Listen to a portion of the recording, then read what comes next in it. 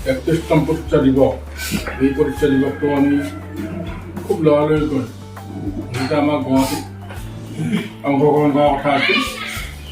আমি ৰাতিৰ ভিতৰতে চিন্তা কৰি নানোলা পানীত আমি অনুষ্ঠিত কৰা চিন্তা কৰিলোঁ গতিকে খুব মানে লৰালৰিকৈ হ'ল আৰু যিখিনি মেম্বাৰ আহিব লাগিছিল তেওঁলোকে এনেকুৱা মানে অসুবিধাৰ কাৰণে তেওঁলোকে আজি যোগদান কৰিব পৰা নাই যিয়ে নহওক আমি সকলোৱে লগ হৈ আজি আমি সমূহীয়াভাৱে আপটো কি বস্তু বা আপটো কেনেকুৱা এই সম্পৰ্কে আমি এটা আলোচনা সৃষ্টি কৰিব বিচাৰিছোঁ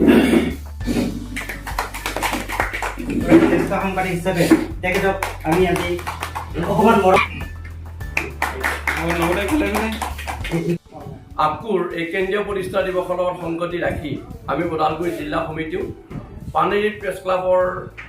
সহযোগত এই প্ৰেছ ক্লাবত আমি আজি এই দিৱসটি সুন্দৰভাৱে আমি পালন কৰিলোঁ আপকুৰ যি দাবী আমি সেই দাবীসমূহ যাতে আমি সফল ৰূপায়ণৰ ক্ষেত্ৰত চৰকাৰৰ ওচৰত আমি দাবী দিব পাৰোঁ তাৰ কাৰণে আমি কিছু প্ৰস্তাৱ গ্ৰহণ কৰিছোঁ লগতে আমাৰ আপকুৰ যি পূৰ্বৰ দাবীসমূহ চৰকাৰ যাতে সবল দৃষ্টিৰে আমাক পালন কৰি আমাক কৃতাৰ্থ কৰি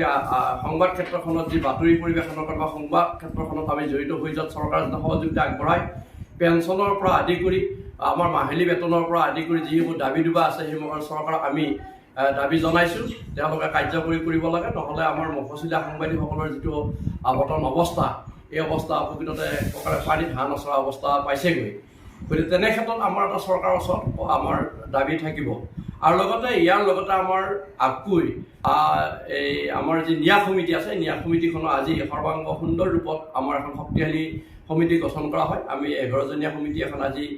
গঠন কৰিছোঁ আৰু পৰৱৰ্তী দিনত আমাৰ যিসকল অৰ্থনৈতিকভাৱে দুৰ্বল আমাৰ আপকুৰ কৰ্মী থাকিব বা বিভিন্ন ৰোগ ব্যাধিত তেওঁলোকে জৰ্জৰিত তেতিয়া আমাৰ এই আপকুই তেওঁলোকক এই সাহায্য পুঁজিৰ পৰা সাহায্য বিতৰণ কৰিব বিশেষ আৰু নাছিলে আমাৰ এইখিনিয়ে আজি আছিলে